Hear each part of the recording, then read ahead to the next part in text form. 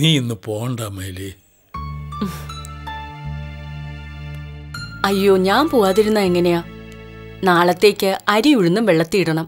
ബ്രേക്ക്ഫാസ്റ്റിന് ഇഡ്ഡലി തന്നെ വേണമെന്ന് നിങ്ങൾ തന്നെയല്ലേ പറഞ്ഞത്? അത് ശരിയാ. എന്നാലും അമ്മ പോയിക്കോട്ടേച്ചാ. ഇവിടെ ഇപ്പോൾ ഇന്ന് ഞാനില്ലേ, പിന്നെ എനിക്ക് ഓഫീസിൽ പോകാറാകുമ്പോഴേക്കും അമ്മ വന്നാൽ മതിയല്ലോ.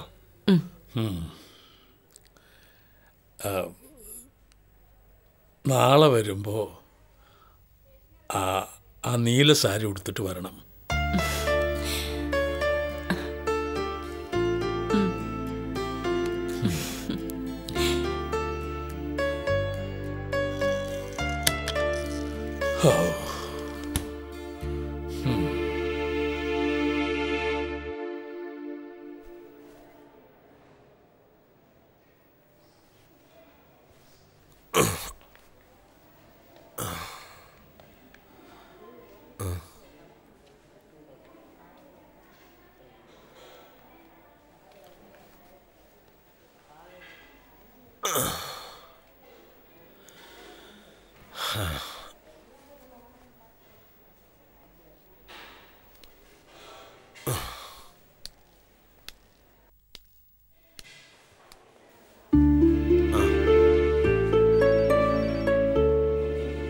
എന്താച്ചാ രാവിലെ തന്നെ കുളിച്ചൊരുങ്ങി? ഇന്ന് പോകാമെന്ന് ഡോക്ടർ പറഞ്ഞിരുന്നോ? ഇന്ന് പോകാൻ തന്നെയാ തോന്നുന്നത്. ഒരുക്കങ്ങളൊക്കെ പൂർത്തിയായോ? എന്തിന്? ഉത്തരായനം വായിച്ചിട്ടില്ലേ? സ്വച്ഛന്ത മൃത്യുവായ ഭീഷ്മർ മരിക്കാനായി തിരഞ്ഞെടുത്ത സമയം ഉത്തരായണമായിരുന്നു. അപ്പം അതാണ് കാര്യം. ഭീഷ്മരെ പോലെ സ്വന്തം ഇഷ്ടപ്രകാരം അങ്ങ് പോകാനാ തീരുമാനം അല്ലേ?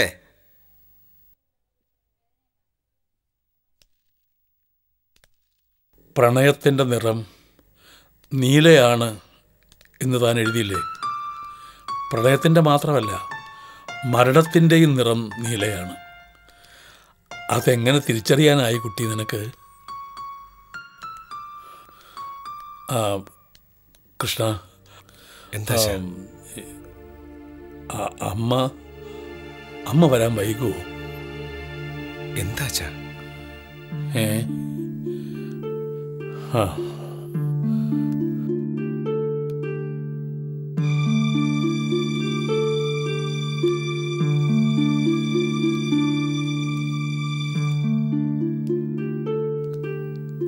കൃഷ്ണ. അച്ഛാ, നിനക്കറിയാലോ, ഒന്നുമില്ലായ്മയിൽ നിന്നും തുടങ്ങിയ ഒരു ജീവിതം അതിവിടം വരെ എത്തി. എൻ്റെ മനസാക്ഷിക്ക് വിരുദ്ധമായി ഞാൻ ഒന്നും ചെയ്തിട്ടില്ല. എപ്പോഴെങ്കിലും ആരോടെങ്കിലും ചിലപ്പോൾ എന്നോട് തന്നെ ചോദിക്കണമെന്ന് തോന്നിയ ഒരു ചോദ്യമുണ്ട്. ഞാൻ വന്ന വഴികൾ നന്മയുടേതായിരുന്നോ, അതോ എനിക്കെവിടെയെങ്കിലും പിഴച്ചോ?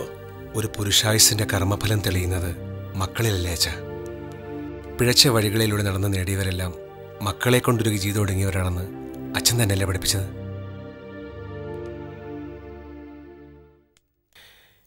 ഈ മകനെ ഓർത്ത് അച്ഛന് വേദനിക്കാനോ നിരാശപ്പെടാനോ ഇടയായിട്ടില്ലെങ്കിൽ ഉറപ്പിച്ചോളൂ അച്ഛാ, അച്ഛൻ്റെ വഴി ശുദ്ധമായിരുന്നു.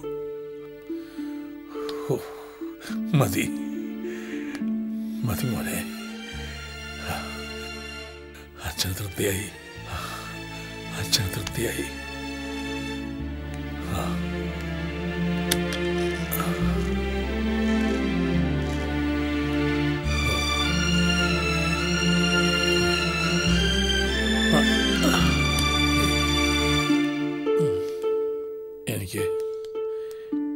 എനിക്കൊന്ന് കിടക്കണം.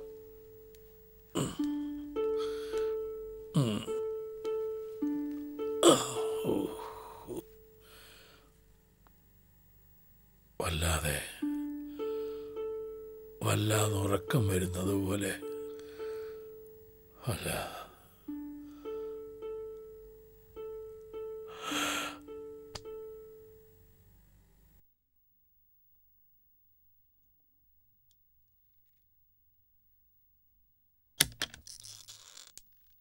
ആഹാ, രാവിലെ തന്നെ കുളിയും കഴിഞ്ഞ് പിന്നെ ഉറക്കമായോ? ദാ ഞാനിപ്പോൾ ചായ എടുക്കാം. മോനെ, നിനക്കും ചായ എടുക്കുന്നുണ്ട്.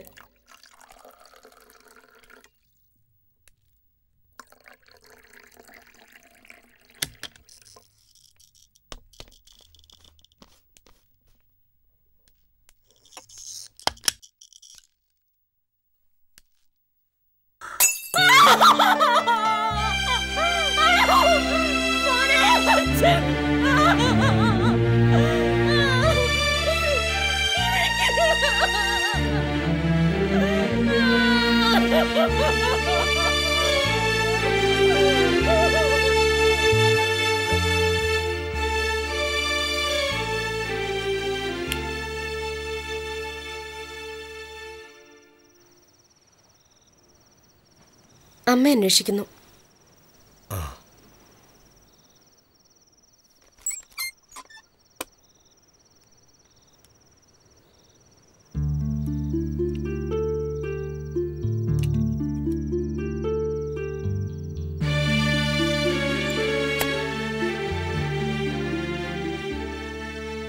എന്താന്നറിയില്ല, എന്നും നീലച്ചേലയോട് വലിയ കമ്പമായിരുന്നു നിന്റെ അച്ഛന്. എല്ലാ വിവാഹ വാർഷികത്തിനും വാങ്ങിത്തരുന്ന സാരി എപ്പോഴും നീല തന്നെയായിരുന്നു. ആ നിറം അച്ഛൻ്റെ ആത്മാവിൻ്റെ നിറം തന്നെയായിരുന്നു.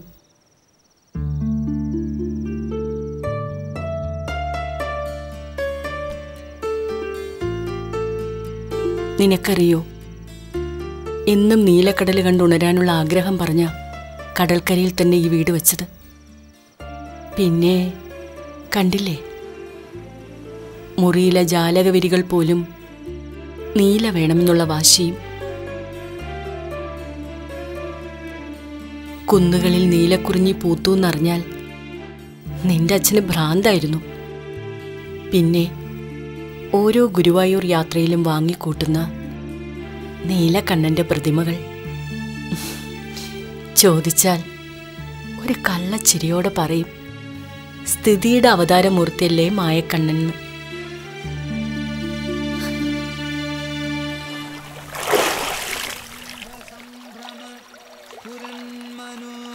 ഇനി ആ ദർഭയം കഴിച്ചു കളഞ്ഞിട്ട്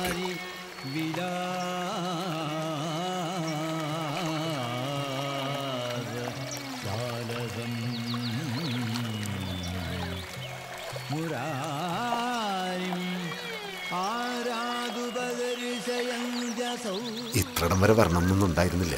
അവിടെ അടുത്ത് തിരുനെല്ലിയിലോ തിരുനാവായിലോ ആയാലും മതിയായിരുന്നു. ഇവിടെ തന്നെ വേണം ചിതാഭസ്മം എടുക്കാനെന്ന് അച്ഛന് വലിയ ആഗ്രഹമായിരുന്നു. അതുകൊണ്ടാണ് കുറച്ച് ദൂരെയാണെങ്കിലും ഇവിടെ തന്നെ വരാമെന്ന് വെച്ചത്. നല്ലത് തന്നെ. വഴക്കുണ്ടാവും, സൂക്ഷിച്ച്. ആ,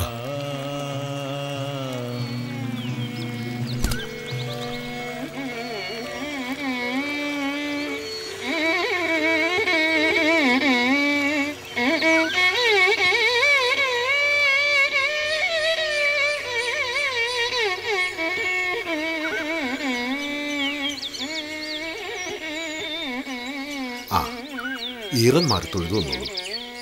ഞാൻ അവിടെ ഉണ്ടാവും. ശരി.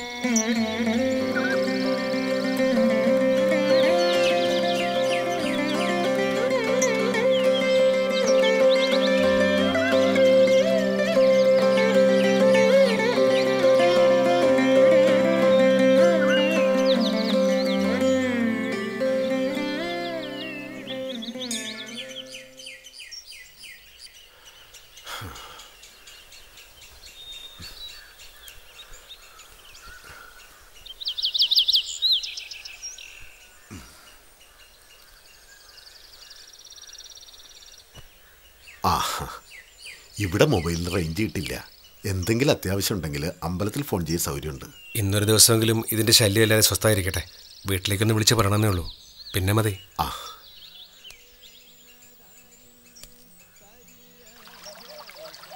മകളെ കൂടി കൂടെ കൂട്ടായിരുന്നില്ലേ? മുത്തച്ഛൻ്റെ പഴയ നാടൊക്കെ അതിനൊന്ന് കാണും പരിചയപ്പെടുകയും ചെയ്യായിരുന്നു.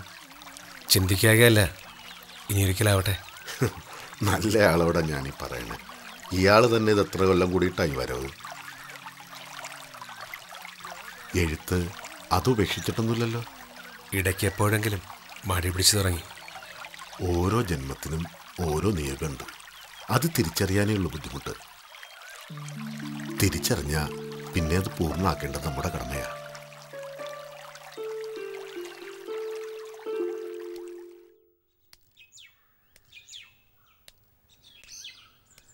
ഒരു കണക്കിന് അച്ഛനെ വീട് സ്ഥലവും വിൽക്കാത്ത നന്നായി. ഇവിടെ ആകുമ്പോൾ ഒന്നിൻ്റെ ഒരു ഭാരമില്ല.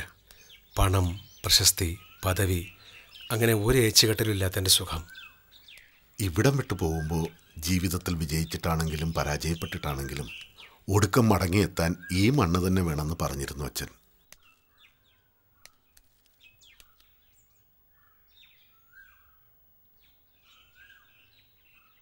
ഇവിടെ ഞാൻ ചായ പതിവില്ല. അടുക്കളയിൽ സംഭാരമോ മറ്റോ കാണും. ദേഹം ഒന്ന് തണുക്കുമ്പോഴേക്ക് ഞാൻ എന്തെങ്കിലും വെച്ചുണ്ടാക്കാം.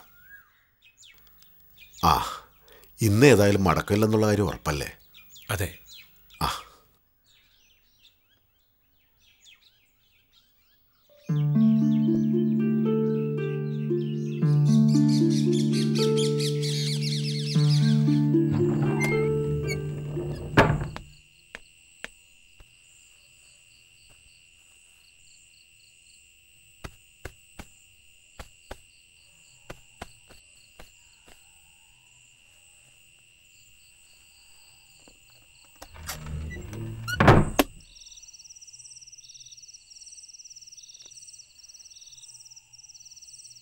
ഇതൊക്കെ തൻ്റെ അച്ഛൻ പണ്ട് എനിക്ക് അയച്ച കത്തുകളാണ്.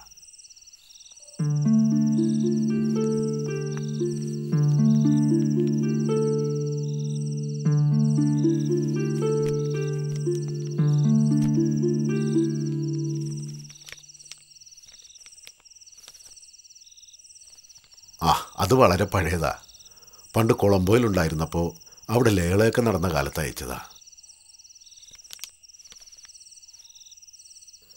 ഇത് അവസാന കാലത്ത് അയച്ചതാ. തൻ്റെ പുതിയ പുസ്തകത്തെക്കുറിച്ചൊക്കെ ഇതിലെഴുതിയിട്ടുണ്ട്. തന്നെക്കുറിച്ചും താൻ എഴുതിയ പുസ്തകങ്ങളെക്കുറിച്ചും വലിയ മതിപ്പായിരുന്നു അച്ഛന്. തൻ്റെ മുമ്പിൽ അതൊട്ടും പ്രകടിപ്പിക്കാറില്ലെന്നേ ഉള്ളൂ.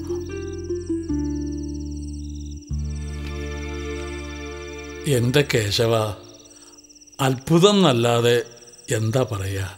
കൃഷ്ണൻ്റെ പുതിയ സമാഹാരത്തിൽ അവൾ അന്ന് പറഞ്ഞ അതേ കാര്യങ്ങൾ അവൾ എൻ്റെ കാതിൽ മാത്രം പറഞ്ഞ, എനിക്ക് മാത്രം അറിയാവുന്ന വാക്കുകൾ കേട്ടെഴുതിയതുപോലെ അവൻ എഴുതിയിരിക്കുന്നു. അല്ല, അത് തൻ്റെ അമ്മയല്ല. പിന്നെ അങ്ങനെ ഒരാളുണ്ടായിരുന്നു തൻ്റെ അച്ഛന്. 40-45 കൊല്ലം മുമ്പത്തെ കഥയാ. അന്നീ നാട്ടിൽ തലമുറകളായി പേരെടുത്ത വിഷാരികളായിരുന്നു കണ്ണമ്പിള്ളിയിലത്തെ നമ്പൂരിമാർ. അസാധ്യ കൈപുണ്യം. ആരെങ്കിലും വിഷം തീണ്ടി വരുന്നുണ്ടെങ്കിൽ അത് നിമിത്തം ഗ്രഹിച്ച് മുന്നേ അറിയാനുള്ള അത്ര ജ്ഞാനം. താന്ത്രിക പഠനവും ജ്യോതിഷവും ഒക്കെ കഴിഞ്ഞ് വിഷവൈദ്യത്തിൽ കമ്പം മൂത്ത് തൻ്റെ അച്ഛനും ഞാനും ഇല്ലത്തെ വാസുദേവ നമ്പൂരിയുടെ അടുത്ത് ശിഷ്യപ്പെടാനെത്തുന്ന ഒരേ കാലത്താ. ഭൂമിയൊക്കെ അന്യാധീനപ്പെട്ട് അന്നേ ഇത്തിരി കഷ്ടത്തിലായിരുന്നു ഇല്ലം. എന്നാലോ ഒരണ പ്രതിഫലം വാങ്ങില്ല ചികിത്സയ്ക്ക്.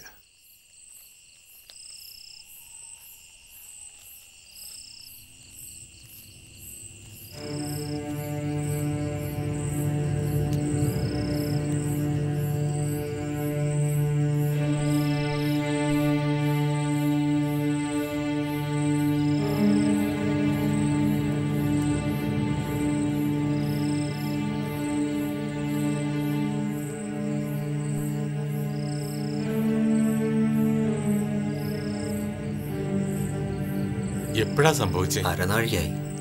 കുറച്ച് കൂടിയതിനോ? ആണായിട്ടും പെണ്ണായിട്ടും തിരുമേനിക്ക് ഒരേ ഒരാളെ ഉണ്ടായിരുന്നുള്ളൂ, മകൾ പാർവതി. മോളെ പാർവതി,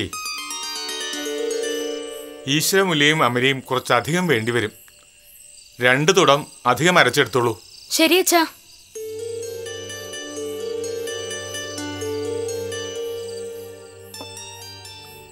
അച്ഛൻ്റെ മകൾ തന്നെ പറയണം.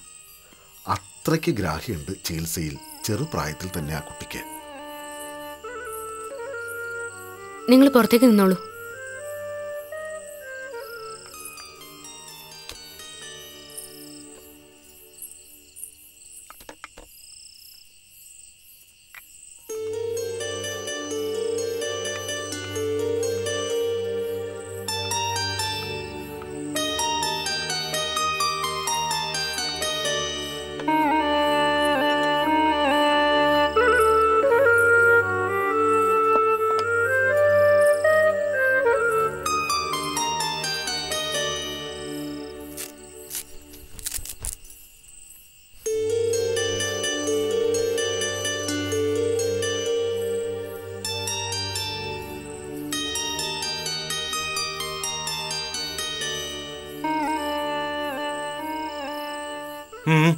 വേണ്ട വേണ്ട, ഇതൊന്നും ഞാനായിട്ടുണ്ടാക്കിയെടുത്ത മരുന്നുകളല്ല. എല്ലാം പ്രകൃതി തന്നെ ഓരോ ഭാഗത്തായി മുളപ്പിച്ചെടുക്കുന്നു. ഗുരു കാരണവന്മാർ അതേതൊക്കെയാണെന്ന് എനിക്ക് ചൂണ്ടിക്കാണിച്ചെന്നേ ഉള്ളൂ. പ്രാർത്ഥിക്കുക ഈ കിടക്കുന്ന ആളിന് വേണ്ടി, അത്രേ വേണ്ടൂ. നിർബന്ധാച്ച പോകുന്ന വഴിക്ക് ശിവന്റെ അമ്പലത്തിൽ നാഴി വെളിച്ചെണ്ണ പകർന്നോളൂ. ഓ, ആൾ ഉറങ്ങിപ്പോകാതെ നോക്കണം. ശരി, ശ്രദ്ധിച്ചോളൂ കേട്ടോ. ആ, പഠിക്കാൻ എന്നേക്കാൾ മിടുക്കനായിരുന്നു ശങ്കരൻ. ആ കാരണം കൊണ്ട് തിരുമേനിക്ക് വലിയ കാര്യമായിരുന്നു അയാളെ. അതേപോലെ തന്നെ മകൾക്കും ആ അടുപ്പം അങ്ങനെ വല്ലാതങ്ങ് വളർന്നു.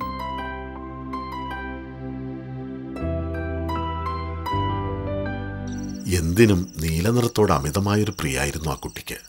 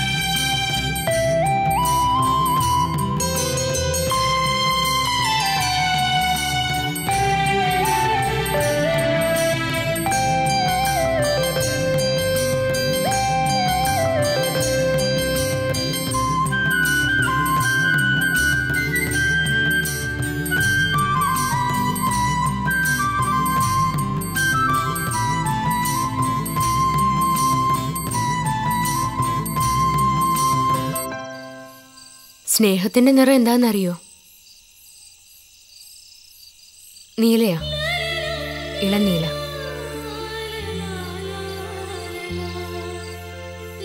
മരണത്തിന്റെ നിറം എന്താണെന്നറിയോ?